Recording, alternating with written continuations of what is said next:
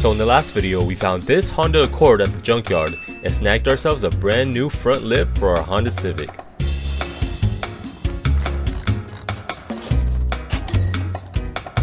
Hello and welcome, my name is Kevin, and if y'all are new here, welcome to the series where I built this Honda Civic using only parts that I find at the junkyard.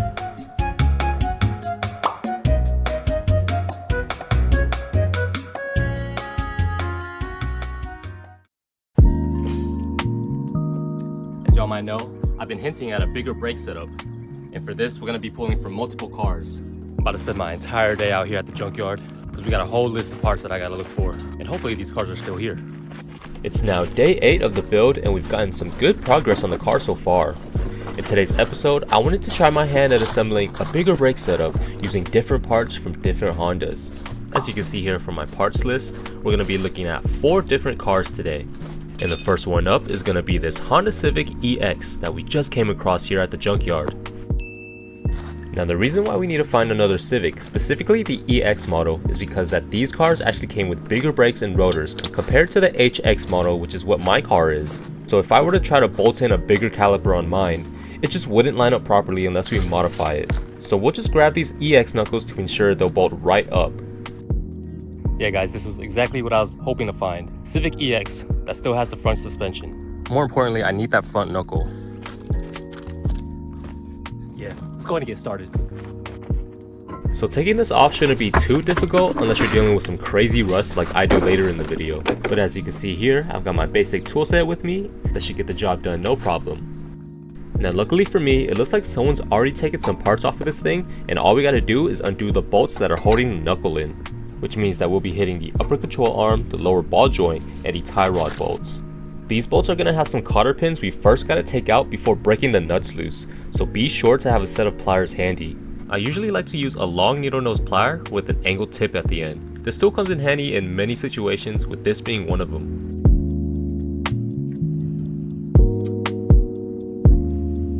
And now that we've got the cotter pins out, we can finally reach in with our 17mm socket and break these bolts loose.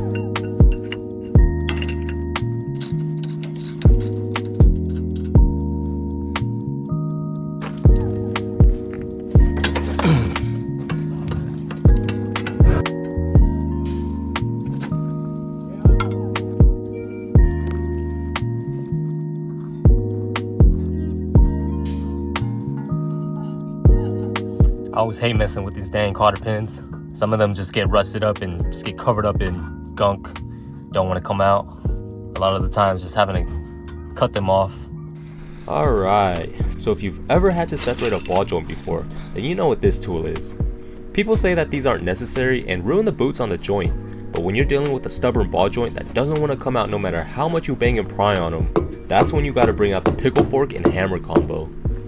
This fork acts like a wedge and separates the ball joint from the collar as you hammer it deeper and deeper.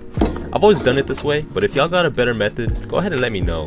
This method definitely tears up the boot, but for sure gets the job done.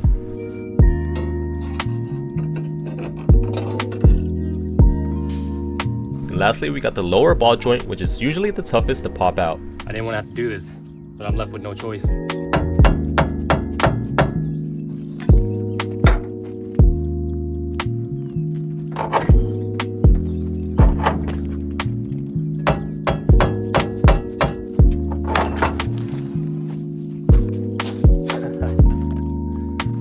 And after all 3 joints are popped out, the knuckle should be free, but an issue I ran into was that the axle would just not come out of the hub whatsoever. Now this thing's supposed to be able to slide right out with some force to it, but since it's all rusted up inside, I'm not able to just yank that bitch out. What I'm thinking here is that I'm just going to separate the whole thing from the transmission and then hammer it out somehow. And to separate it from the transmission, you can just use a pickle fork or some type of crowbar to pry it out of the casing.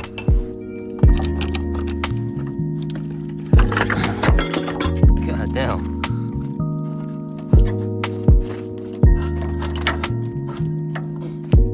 Alright, so I got the damn thing out, and at this point, I'm kind of at a loss for what to do. Definitely gotta get that axle out so we can just take the knuckle home. But man, look at how rusty and crusty it is up in there. Now since it wouldn't budge from me just pulling on it, I figured we could try to hammer it out with some brute force. Went ahead and put the knuckle back into the car for stability while I hammered away at it.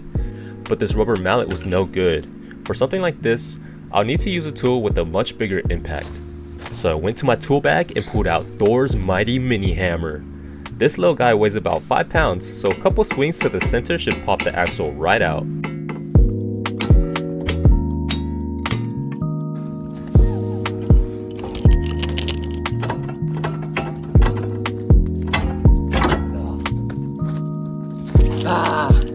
Goddamn. And would you look at that? Finally got our EX knuckle free.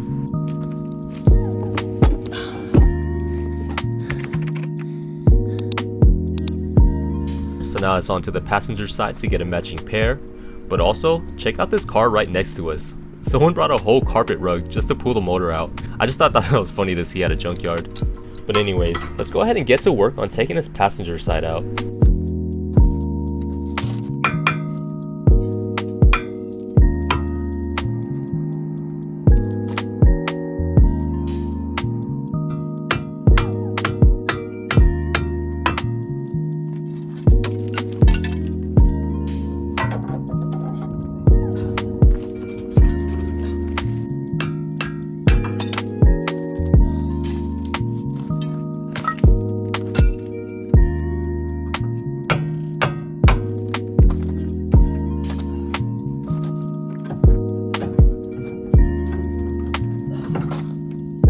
Yeah, this ball joint was pretty damn stubborn. Looks like the boot's all ripped up from me forcing it out with the pickle fork.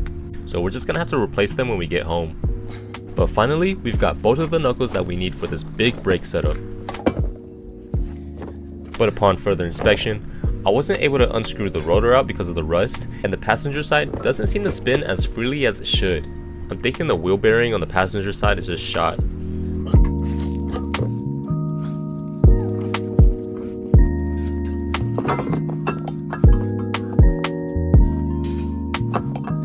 Alright y'all, regardless of its condition, I think I'm gonna go ahead and still take it home anyways. Thinking the bearing might be fucked on this one right here, but I'm gonna see if I can get a discount on this at least. This one should be good to go. I'll be using the driver's side as an example anyways. I'm gonna take this one home, I'm gonna see if I can rebuild it. If not, we'll just find another Civic EX and hope for the best. Let's get these home, hopefully they're not too expensive. Rest in peace to this Honda Civic, and thank you for the parts. And also, I'm not sure if I'm supposed to take the brake booster or the master cylinder as well, since I'll be putting on a bigger brake caliper on the car. So I'm just gonna pass on it for now, but y'all go ahead and let me know if I should grab them or not. Ooh, what's this? I think I just found an even better junkyard find. Pockets ain't empty, cuz. Alright, so look, I left the yard with only one of them, cause man, them folks wanted like 50 bucks for each of them. Alright y'all, we are now at our second location. I think at this yard we can find the rest of the parts that we need. Yeah, this is my favorite junkyard to go to because they actually have low prices compared to others. So after walking the lot for a bit, I was able to find the next car that's on our list to pull parts off of.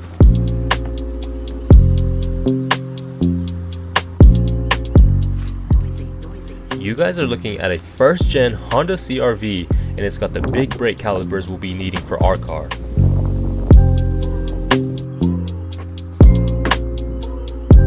Second part that we'd be needing for this setup would be the brake calipers. Thankfully this thing's here in all one piece. Maybe someday we could come back and rip the engine out. But for now, let's go ahead and get these calipers out. But before we do that, I'm just gonna check to see if this thing's got what every Honda boy wishes they had in their garage. Now it's locked. I'm looking for the CRV foldable table, but it looks like someone's already snagged it. So let's go ahead and focus on our brakes. The process for this is pretty straightforward as well. We'll just be undoing 4 bolts and the brake line to remove it from the knuckle. I believe you'll just be needing a 14 and a 17mm socket.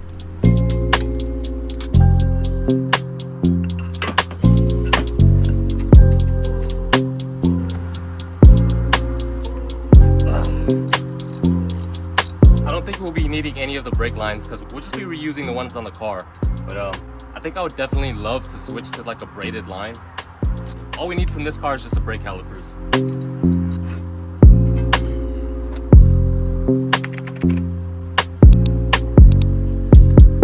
And we won't be needing these brake pads. I mean, these are no good anyways. It's already shaved down all the way, so we'll just toss these. and then we'll just jump to the driver's side to get the matching pair.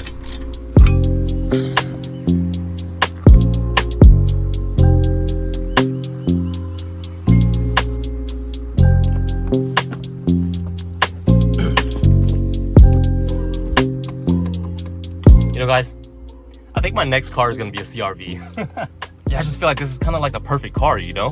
You could daily drive this, you can modify it. Hell, you could probably even take it off-roading. But yeah, man, this thing is sick.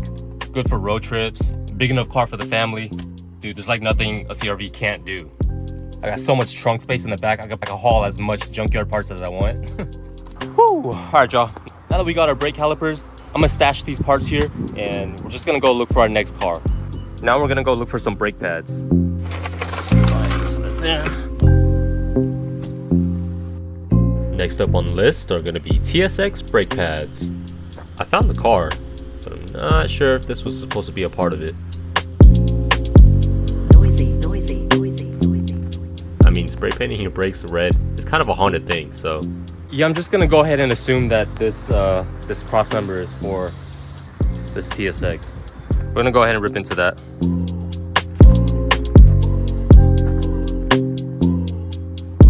Once again, it'll be the same process as taking off the CRV brakes. But for this, you just have to take off part of the caliper that has the piston on it, so we can get access to the brake pads that we need for a new setup.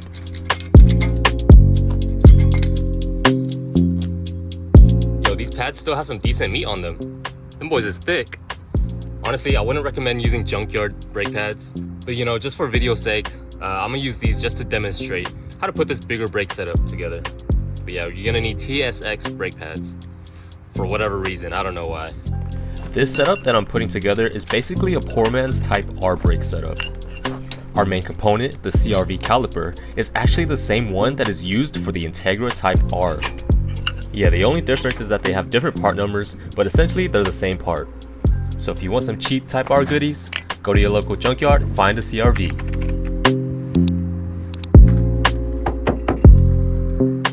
All right, and then now that we got the brake pads, it's now to move on to the final car. Can you guys guess what we're gonna be looking for? It's not a Honda, not an Acura. It's gonna be something funny. Yup, and if you guys follow my Instagram, y'all know that I posted a sneak peek on my story showing me grabbing a part off of one of these Mini Coopers. Who knew that Honda and Mini Cooper parts were interchangeable? Matter of fact, one time I was at a car meet and someone pulled up in a Mini Cooper with a D16 swapped into it. I thought that was pretty hilarious, but awesome at the same time. But the part we'll be needing off of this car is just the rotor. Unfortunately, this car's only got one side, but that's still a win for us.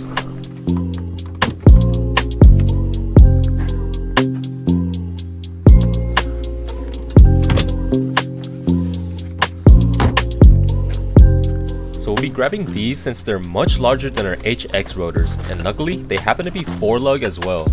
So these should fit right onto our Civic. And check this out, guys. Apparently a bunch of the European cars use torque screws often, and it looks like these are used to hold the rotors in. I didn't know this beforehand, so now I gotta run back to the car to get my torque bits. Yo, I'm leaving my tools down there on the ground. I'm gonna be right back. You will, yeah? I'm gonna leave my tools right there by the ground. Okay, They're right there by those Mini Coopers. I gotta run to the car. You wanna take me? Yeah. Hell yeah. This thing right here? Yeah. What's up, y'all? Y'all need car parts delivered? Hell yeah. Woo. Man, how y'all get one of these? They're getting a bunch of them. I'm like, y'all fix them up just to right around here? Well, actually, no, we were scrapping them. They're almost all cast aluminum. Oh, okay. I mean, Let's go, man. Y'all just try it. About to hit your ride.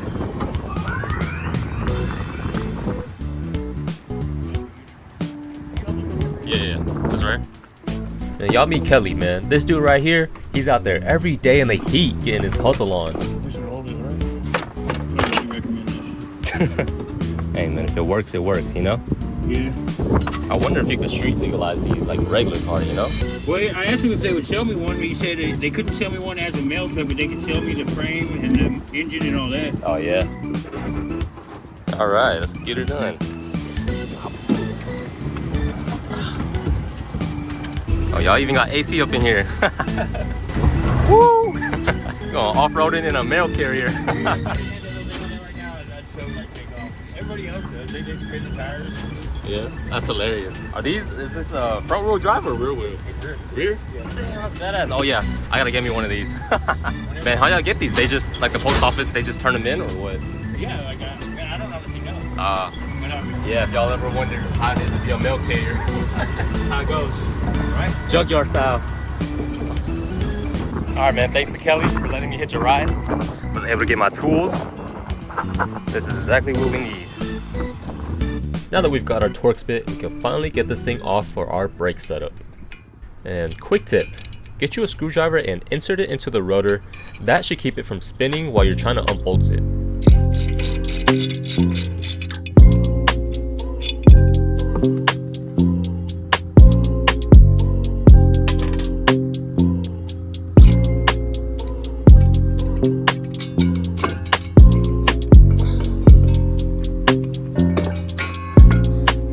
And there we go, we got our last and final piece for our big brake setup, which are these Mini Cooper rotors.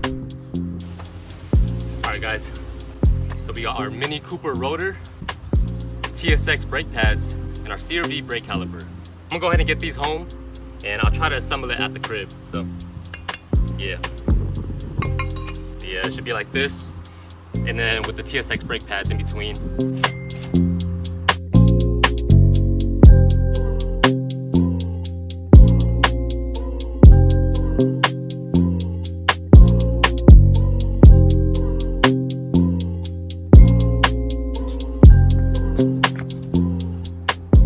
Y'all, we finally got ourselves a bigger brake kit. First things first, I think I'm just gonna take this apart to clean up all of the rusty bits. It is a junkyard part, so I do want to polish it up just a little bit. And so I've got it all disassembled and laid out on the floor. As you can see, they're all pretty rusty, so I think I'm just gonna give it a quick sanding and spray over it with some high temperature spray paint. I went with 80 grit sandpaper, but you could use anything really. First, we'll just take off the bolts holding in the sliders so we can sand the caliper pieces separately and thoroughly. I believe it's just a 14mm. Now, I just went straight to sanding, but what you want to do is get a wire brush and clean off all the dust first. And then after that, you can go ahead and sand it all. And this bracket right here that holds in the pads aren't necessary for this setup, so we'll just remove them with some pliers. Something about it being in the way and making noise, so yeah.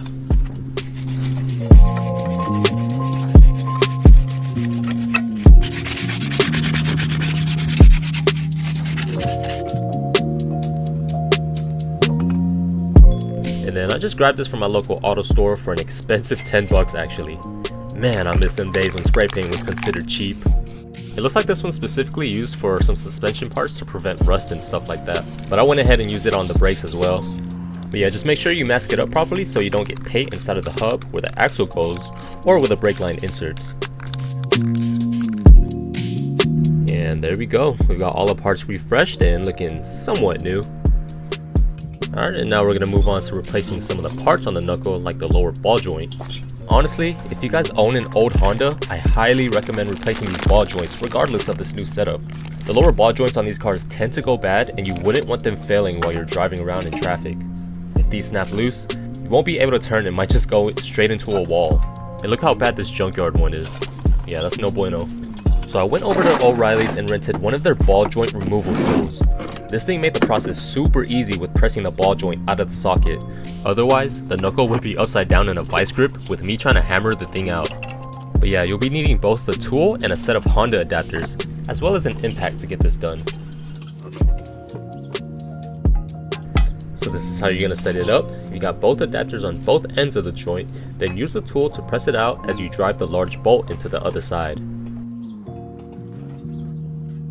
First, I'm just going to cut the boot off so it's not in the way of pressing the joint out. And you can probably use hand tools if that's all you got, but I went ahead and bought me an impact to save time and energy.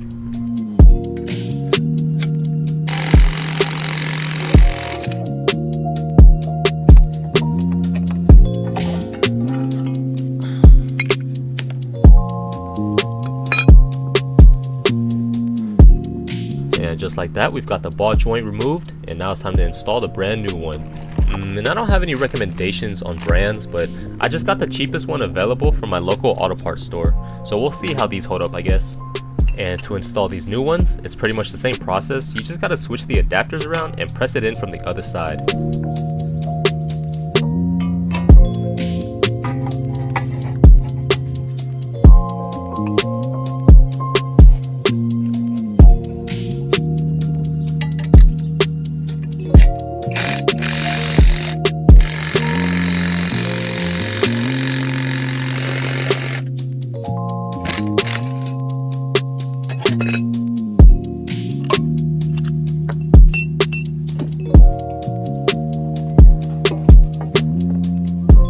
And so this replacement ball joint also came with extra hardware like the snap ring to prevent the joint from popping out. As you can see, it should go all the way to the top and fit into that little gap that you see there.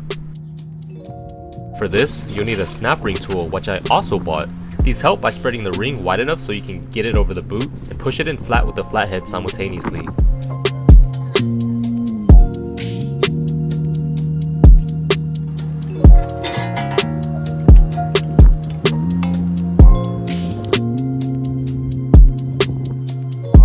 And once that's done, we're going to go ahead and put in the grease fitting and fill the ball joint with some extra grease. A couple pumps should be good since it's already filled, so we're just topping it off.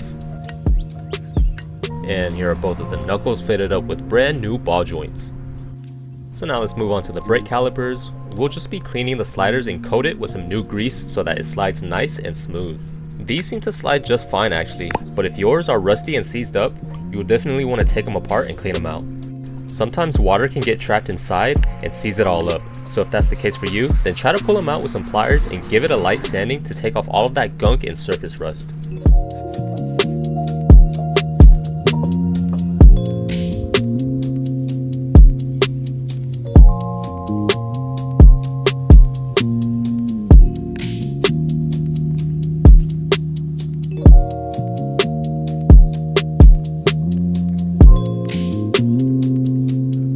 Alright, and now these calipers should be good to throw on. And as for these rotors, I also took them to O'Reilly's to get them resurfaced to the same thickness, since I pulled them off from two different Mini Coopers. They were able to shave them down for 25 bucks each. But if you're looking to do a similar setup like mine, I do advise you to just buy brand new ones. Alright guys, all we gotta do is just put it all together and install them, right? Well, I wanted to throw on the passenger side off camera just to make sure everything bolted up correctly. But just like what happened at the junkyard, I'm having issues getting the axle off of my own car. So I got this air hammer to try to punch it out. But not even this worked. And you can see on the floor that I tried to hammer it out as well, but still no luck. Alright y'all, I'm be straight up with y'all, I gotta take the L. Guys, this thing is just not coming off. I done did everything. I tried to hammer it out. I tried to freaking air punch it out. I'm not even gonna use this hub, so it's like I'm just gonna replace it all. It's all good. Yeah, so I took my ass back to O'Reilly's to get me some brand new axles. Guys, this episode just got a whole lot more expensive. But look, for this being a 20-year-old car, there's just some parts that are bound to be replaced, which then led to my next problem. All right, guys, new issue here. If you're wondering why it's taking me so long to get these brakes in, well, check this out, y'all. The threads on these junkyard lug studs were in pretty bad shape, so I've been out here all day trying to figure out how to get these out just to replace them. So I'm just gonna pull out a brand new lug stud from my O'Reilly's goodie bag, and what we gotta do is punch out all 4 of these studs and press in these brand new ones. But the problem that I'm having is that Honda made it in no way possible to be able to replace these with it still being on the car. There's just not enough space for the lug stud to fully come out. And so it seems the proper way to do this is you gotta separate the hub assembly from the knuckle in order to take the studs out. But man, for this being a junkyard part and a DIY driveway operation, I'm not trying to do all that. So look man, my solution to this is I'm about to do some haggard garage shit and get the grinder out. So basically I'm gonna cut the stud as short as possible from the front, then go behind the hub and shave off the end to get some clearance so that I can punch it out.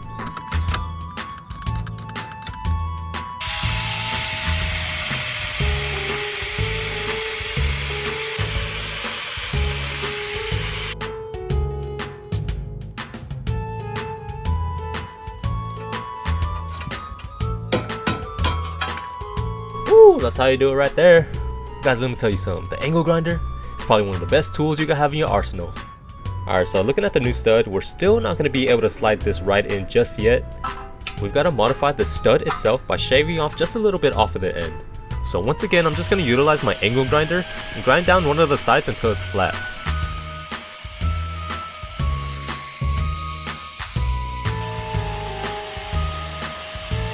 But even so, that still wasn't enough to get this stud in.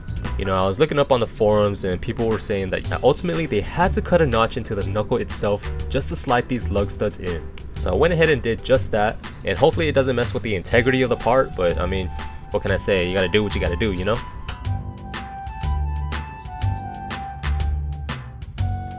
But yeah, now that we're finally able to get this thing in, all we gotta do now is just press it into the hub so that it's fully seated in. There's a number of procedures you can do. You can either hammer it in, air punch it in, or you can do what I'm doing, which is the washer and nut method. You just need a stack of washers and an open-ended lug nut. So as you keep tightening the lug nut, it'll slowly press the new stud into the hub. And you can either do this with hand tools or an impact. I've done it with both methods, but using an impact just makes it so much quicker.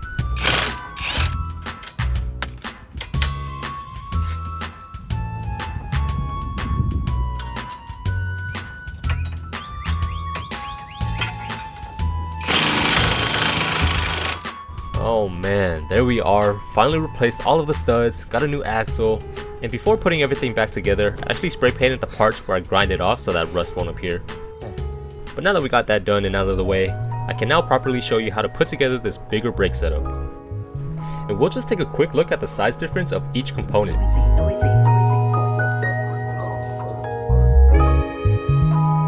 So before throwing this in, I'm just going to do a little bit more cleaning with my wire brush to make the assembly go smoothly.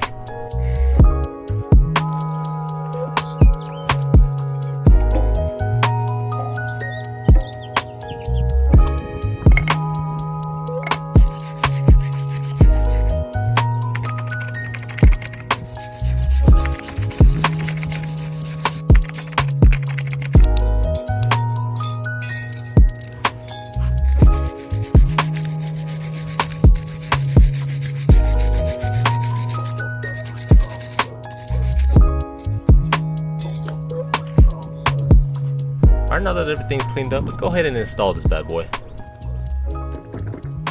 And first things first, we just gotta get the wheel off the car. And once you do that, go ahead and slide it underneath the car for extra protection.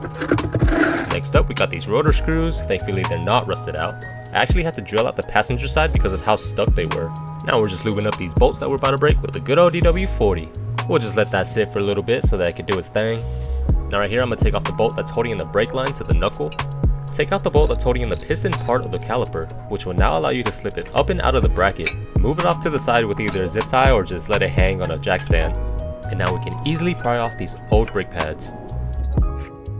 Once we get those, we can now take off the rest of the caliper. And most of these bolts are going to be either 17 or 14. Yep, so we got the caliper off, rotor is off. So normally if I were to reuse this axle, I would just take the spindle nut off. But I'll just leave it on there since we're replacing the whole thing. Next, we'll take off the cotter pins with some pliers. And a quick tip, if you're having trouble getting these cotter pins out, go ahead and pull from one side and hammer on the other. Up next, we'll just be breaking these nuts loose that are holding all of the ball joints in. Got my ratchet and jack handle combo, works like a charm every single time. And go ahead and just take off all three, lower ball joint, tie rod, and the upper control arm. Bringing out the pickle fork so we can ruin these boots. Like I said before, I wouldn't recommend this unless you're replacing all of these parts. Otherwise, just put the nut back on and try to hammer it out as best as you can. But yeah, I gotta get new tie rods and bushings all around the car anyway, so.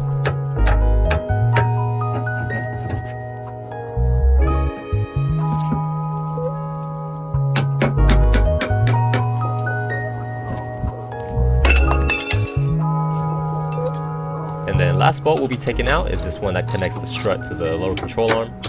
You need two 17mm ratchets for this, and then once it's fully threaded out, you just hammer the rest out. And then since I'm replacing the axle, we're just going to crawl underneath the car and pop this whole shaft out of the transmission casing.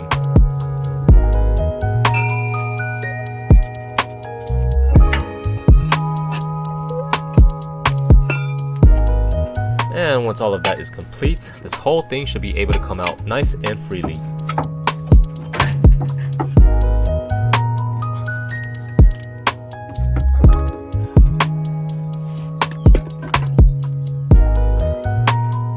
now we just gotta grab our new axle, and here is a sneak peek of my next project car. I'll do a video over it sometime once I'm done with the Civic. And every time you get a replacement part, go ahead and line it up to your old part just to verify that it's the same length and everything. And as you can see, the boot doesn't fit underneath the fork, which is why we took that long bolt out. But once you get it past the fork, make sure everything's straight, align it properly, and all you gotta do is just shove it right back into the shaft. Sometimes it's possible to just give it a good shove to pop it in place, but if that's not possible, then straighten out the whole axle and hammer it in with the axle nut on, of course. That right there should do the trick. And now all we gotta do is put it back together. Pretty straightforward process. All it is just the reverse of what we just did.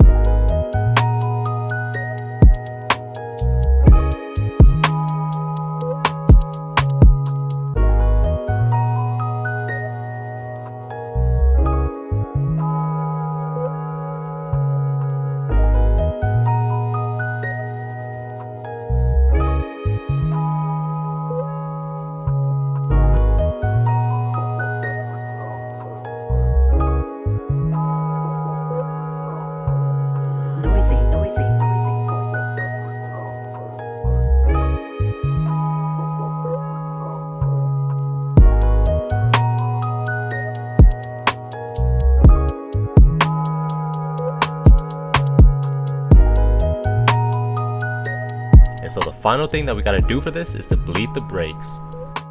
Now I don't have a bleeder kit, so I'm just gonna top it off and do it the old school way. I got one of the homies to come over to pump the brakes so that I could be down here and release the bleeder valve so that we can purge all of the air that's trapped within the brake lines. And I'm just gonna step inside to feel it for myself. Seems to be working good, so yeah, I think it all checks out. Before doing this, the pedal was pretty squishy, so I'm pretty excited to test it out while I'm actually driving. But yeah guys, here it is, our poor man's Type R brake setup. I'm not gonna lie, this was probably my most expensive episode just because of all the tools and brand new parts that I had to buy. But nonetheless, I'm pretty happy that I was able to set this up with just junkyard parts. But now that all of this is complete, only thing we gotta do is put on the wheel, drop the car, and finally drive the car. Or so I thought. Guys, the wheel doesn't fit because the caliper is too big. Oh my goodness. I guess I didn't take account that these little bitty HX wheels wouldn't clear the caliper.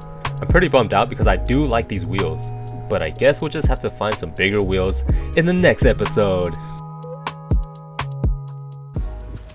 What's up guys? I hope you all enjoyed today's video. It took me quite a while to put this one together just because of all of the extra parts and tools that I had to gather. But from here on out, I'm gonna try my best to get these videos out as soon as possible. By the way, I got a small package from an Instagram shop that I've been following for quite a while now. They actually hit me up to see if I wanted some free stickers. So they're free stickers, man, I might as well. So I figured I'd just open this up on camera for you guys because I think they have some pretty cool like anime related stuff. So yeah, let's go ahead and see what's in here. Ooh, a cool little air freshener. I think this is Kakashi when he was little.